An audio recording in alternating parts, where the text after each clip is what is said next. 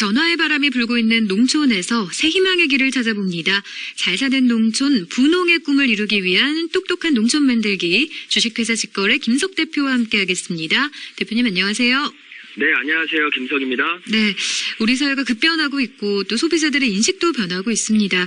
지금 우리 농촌에서도 이에 맞는 미래를 준비하고 있는데요.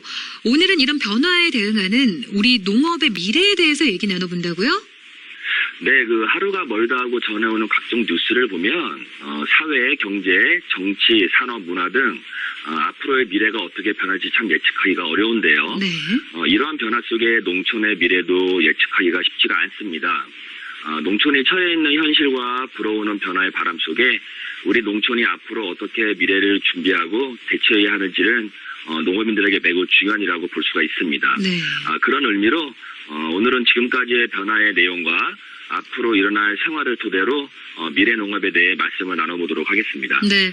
하지만 또 당장 내일 일어날 일도 알지 못하는데 이 농업의 미래라는 게 좀 광범위하게 느껴지는데요. 오늘 어떤 내용부터 다뤄볼까요? 네, 미래에 대해 예상하고 일어날 일들에 대해 예측한다는 것은 여러모로 어려운 일일 것입니다. 농업의 미래에 대해 많은 부분에서 나오는 얘기가 있겠지만 오늘은 세 가지 관점에서 미래 농업에 대해 말씀드리도록 하겠습니다. 네. 첫 번째로 지금 가장 핫한 뉴스이면서 여러 분야에 폭넓게 확산되고 있는 4차 산업혁명이라는 관점으로 농업을 들여다볼까 합니다. 네. 자, 앞으로 세계가 직면할 화두로 4차 산업혁명이 꼽히는데요. 이게 어떻게 시작이 된 건가요? 네, 제4차 산업혁명이 이슈화되기 시작한 것은요, 2016년 스위스 다보스에서 개최된 세계 경제 포럼에서 창립자이자 회장인 클라우스 슈밥 교수의 제4차 산업혁명이라는 내용이 화두가 되면서 전 세계에 이목을 끈 바 있습니다. 네. 클라우스 슈밥 교수는요, 다보스 포럼에서 인류가 지금까지 아무도 겪어보지 못할 정도의 빠른 기술 혁신에 따른 제4차 산업혁명의 시대와 변화의 내용을 강조하면서 현재의 지식정보 관련 기술 속도를 고려할 때 앞으로 10년 안에 사회 전반에 걸쳐 획기적인 혁명 수준의 변화가 올 것이라고 역설을 했습니다. 네. 부연 설명을 좀 드리면은요, 빠른 기술 혁신에 따라 지금의 초등학교 아이들이 성인이 돼 일자리를 갖게 될 때 일자리의 70%가 현재 존재하지 않는 전혀 다른 일자리를 갖게 된다는 것입니다. 우리는 얼마 전 인공지능 알파고와 이세돌 프로기사 간의 바둑 대결을 기억하실 텐데요. 네. 누구도 예상 못한 결과에 놀란 경험이 있습니다.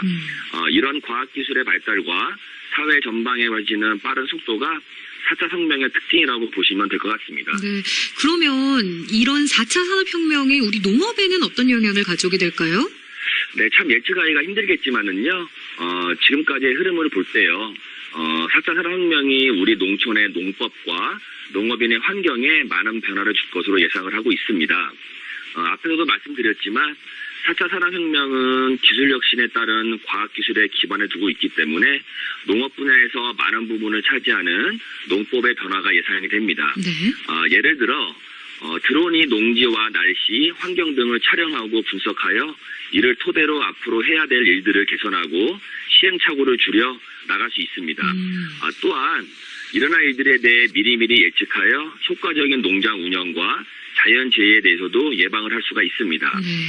여기에 스마트폰을 통한 농장 제어 시스템을 활용해 직접 농장에 나가지 않더라도 농산물을 관리할 수 있는 스마트 농법이 가능해지고 일산이 모자른 바쁜 재배철에는요, 인력을 대신해 로봇이 재배함으로써 농촌의 인력난도 해결할 것으로 보입니다. 이미 일부 이러한 일들이 농업 농촌 현장에서 시행되고 있다는 점 농업인들께서는 인지하시기 바라며 관심을 가지고 미리미리 준비하시기 바랍니다. 들어보니까 이 4차 산업혁명이 농업, 농촌 분야에도 정말 많은 변화를 가져올 것 같은데요. 이 4차 산업혁명과 더불어서 또 미래 농업을 준비하면서 대처해야 할 분야에는 또 어떤 게 있나요? 네, 기후변화를 좀 말씀드리고 싶은데요. 특히 지구온난화에 따른 생태계의 변화에 주목할 필요가 좀 있습니다. 네. 언론을 통해 알 수 있듯이 여름일수, 즉 일평균 기온이 20도 이상 올라간 후 그 미만으로 떨어지기 전까지의 일수가 1910년 94일에서 1960년 130일까지 증가하더니 2016년에는 무려 141일까지 여름 일수가 측정되고 있습니다. 네. 100년 새 여름이 한 달 늘어난 셈이라고 보시면 될 것 같습니다. 네. 이러한 기후변화는 농업 분야에 있어 특히 생산 부분에 큰 영향을 줄 것으로 보이는데요. 6월 중순 광주 북부의 한 주택에서 바나나가 자라 열매를 맺은 모습을 볼 수가 있고요. 섭씨 30도 이상에서만 자라는 애플망고가 우리나라 최북단인 경기도 파주에서 생산이 되고 있습니다. 네. 부산에서는요, 열대과일인 구아바를 재배하고 있고 용과라고 하죠. 드래곤 프루트는 경남 진주의 특산품이 됐습니다. 경기도 이천에서 파인애플이 생산되는 등 실제로 우리나라의 열대과일 재배 면적이 1년 새 83%가 늘어났다는 조사 결과도 있습니다. 이러한 변화로 볼 때 앞으로 조만간 부산은 가을에 크리스마스를 맞게 될 것으로 보입니다. 네. 이런 기후변화에 따라서 또 농업이 준비해야 할 일들도 많을 것 같아요. 네, 농업이라는 분야가 기후변화와는 매우 밀접한 관계를 가지고 있기 때문에 농업인은 물론 농업 관련 직종에 종사하시는 모든 분들이 관심을 갖고 좀 유심히 지켜봐야 할 것 같습니다. 네. 지금의 기후변화가 미래농업에 있어 중요시되는 이유는요, 예전과 달리 변화의 속도가 매우 빠르다는 것입니다. 기후는 늘 변하고 있었겠죠. 하지만 지금처럼 빠른 속도의 변화는 농업 분야가 대처할 수 있는 시간적 여유가 그만큼 줄기 때문에 농업 여러 분야에 큰 위험을 가져올 것으로 보입니다. 네. 농업인들이 기후변화의 빠른 변화를 예측하고 대응하는 데는 분명 한계가 있습니다. 이번 시간을 통해 농업 관련 부처에 좀 말씀드리고 싶은 것이 있는데요. 앞으로의 기후변화에 따른 빠른 예측 관련 시스템을 구축해야 할 것이고요. 전문 인력을 통한 우리 농업이 겪게 될 기후변화에 따른 피해와 변화에 대해 맞춤형 연구가 다각도로 이루어져야 된다고 봅니다. 네. 이를 토대로 앞으로의 농업 방향과 대안 등이 세분화되고 전문적인 아젠다가 제시되어야 하며 국정 운영에 있어 농업의 중요성을 인지한 일관성 있는 농업 정책이 필요하다는 점 꼭 당부드리고 싶습니다. 네. 기후변화에 따라서 농업 분야에서도 다양한 정책과 대안이 필요해 보입니다. 오늘 미래의 농업 세 가지 관점에서 살펴본다고 하셨는데요. 4차 산업혁명과 기후변화 알아봤고요. 또 나머지 하나는 뭔가요? 네, 앞에서 말씀드린 4차 산업혁명과 기후변화에 따른 미래농업은 어찌 보면 생산자인 농업인 입장에서의 준비 과제라고 볼 수가 있는데요. 마지막으로 말씀드린 내용의 인구구조 변화 부분은 농업인 입장이라는 관점보다는 소비자, 즉 구매 고객의 변화와 패턴이라는 관점으로 접근해보는 게 좋을 듯합니다. 네. 요즘 4차 산업혁명 못지않게 사회적 관심사를 끌고 있는 것이 인구구조 변화일 텐데요.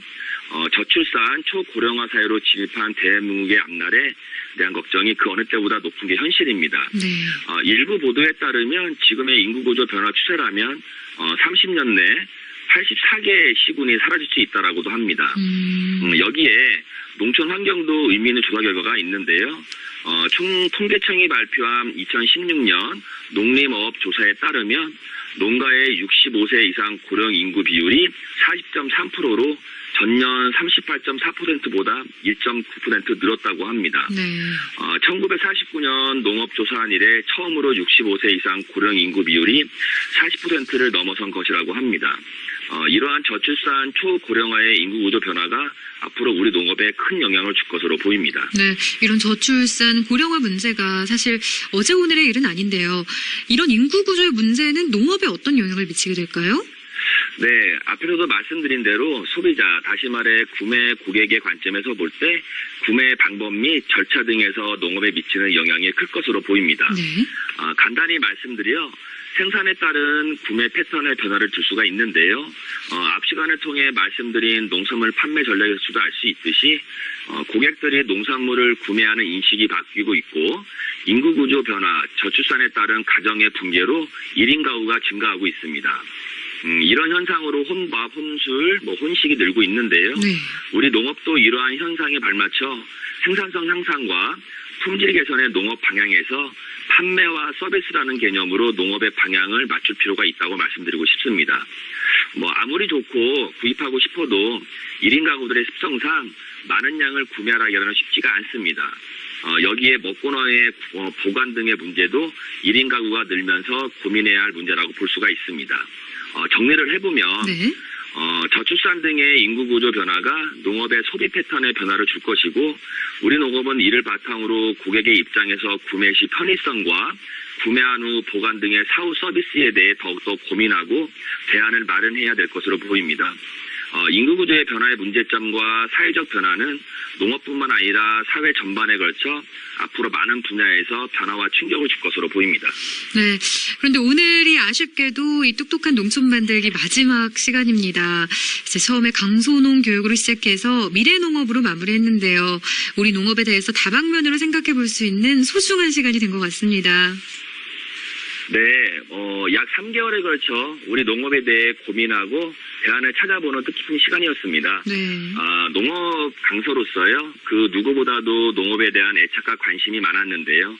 이런 생각과 고민, 방향 등을 방송을 통해 말할 기회가 있어서 무척 감사하게 생각을 합니다. 농업은 그 나라의 근간이자 뿌리입니다. 농업은 생명산업입니다. 농업은 후세들에게 물려줄 우리들의 미래 자산입니다. 그 어느 것보다 위대하고 유의미한 산업이 농업입니다. 그 한가운데 농업인 여러분이 계시니까요. 자부심을 가지시기 바랍니다. 희망의 농업 저도 여러분들과 함께 하겠습니다. 언제나 응원하겠습니다. 끝으로 생방송 충청은지금 관계자분들께도 감사의 인사 말씀드리고 싶습니다. 네, 그동안 저희도 정말 감사했습니다. 네. 똑똑한 농촌 만들기 주식회사 직거래 김석 대표와 함께했습니다. 감사합니다. 네, 감사합니다.